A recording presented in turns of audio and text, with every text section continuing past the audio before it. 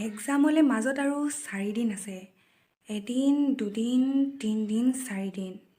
মোৰ আছামিজখন হৈছেগৈ বাৰু, কিন্তু গ্ৰামাৰখিনি নাই হোৱা নহয়।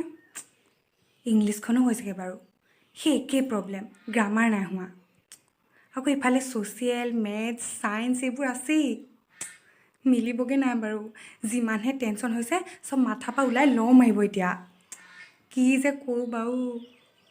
কেনেবাকৈ এক্সামটো পষ্টপ'ন কৰি দিয়া হ'লে ভাল আছিল আকৌ।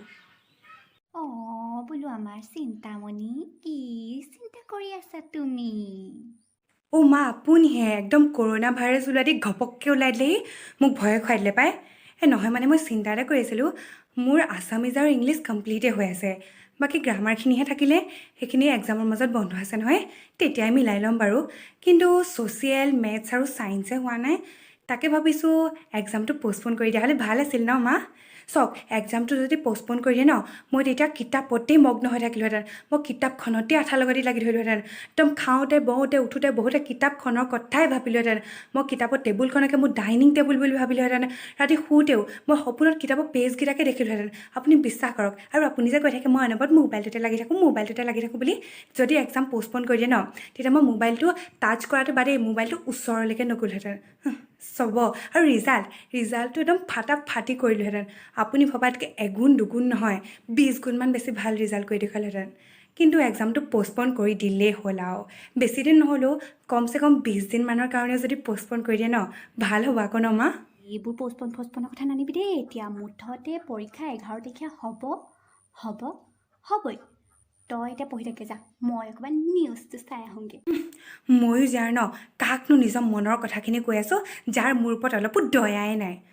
তাতকৈ মই ভগৱানৰ ওচৰত প্ৰাৰ্থনা কৰোঁগৈ পাই, ধূপ এডাল জ্বলাই পিনি, আমাৰ যাতে এক্সামটো পষ্টপ'ন কৰি দিয়ে। যাওঁ পাই। A few moments later. তই কি কৰি আছ? তহঁতৰ পৰীক্ষা কেঞ্চেল কৰিলে নহয়, মানে পষ্টপ'ন কৰিলে। কি? আমাৰ এক্সাম পষ্টপ'ন কৰিলে? সঁচাকৈ পষ্টপ'ন কৰিলে নে মা? ভালেই হ'ল। এতিয়া মই দেৰিলৈকে শুব পাৰিম, মোৰ ফেভৰেট চিনেমাকেইখন চাব পাৰিম। আৰু মই যে এবছৰে মোবাইল চাবলৈ পোৱা নাছিলোঁ, ভাবি চাওক, 365 ডেইজ মই মোবাইল নোচোৱাকৈ আছিলোঁ। সেই হেঁপাহ মই এতিয়া পূৰণ কৰিম। এনেও মোক ইনষ্টা ফলোৱাৰ্ছবোৰে কৈয়ে আছে, কিয়নো ইমান দিন ফটো নাই দিয়া। সেইবোৰ মই এতিয়া পূৰণ কৰিম। আৰু এতিয়া পষ্টপ'ন কৰিলে যেতিয়া এক্সাম, মই ইউটিউবত ভিডিঅ' চাব পাৰিম। ভাবিয়ে ভাল লাগি গৈছে। হে প্ৰভু, কি দিন দেখুৱাইছা তুমি মোক। ইমান মৰম লগা ভগৱান আমাৰ। হয় নি? অলপ দেৰি আগতে যে কোনোবাই বচন কেইটামান মাতিছিলে। মই কিতাপতেই মগ্ন হৈ থাকিম, কিতাপৰ টেবুলখনেই মোৰ ডাইনিং টেবুল হ'ব, মোবাইলটোলৈ মই মনখনেই নিদিম। সেইকেইটা পচন্দ ক'লে যাব এতিয়া? ক'লে যাব? তই এনেও মোক 10 গুণ ৰিজাল্ট কৰি দেখাব লাগিব নহয়। যা তই পঢ়গে যা। কি দৰকাৰ আছিল বাৰু মোৰ মাকত অথনি সেই ডাইলগ সোপা মাৰিবলৈ। এতিয়া চেছ চব।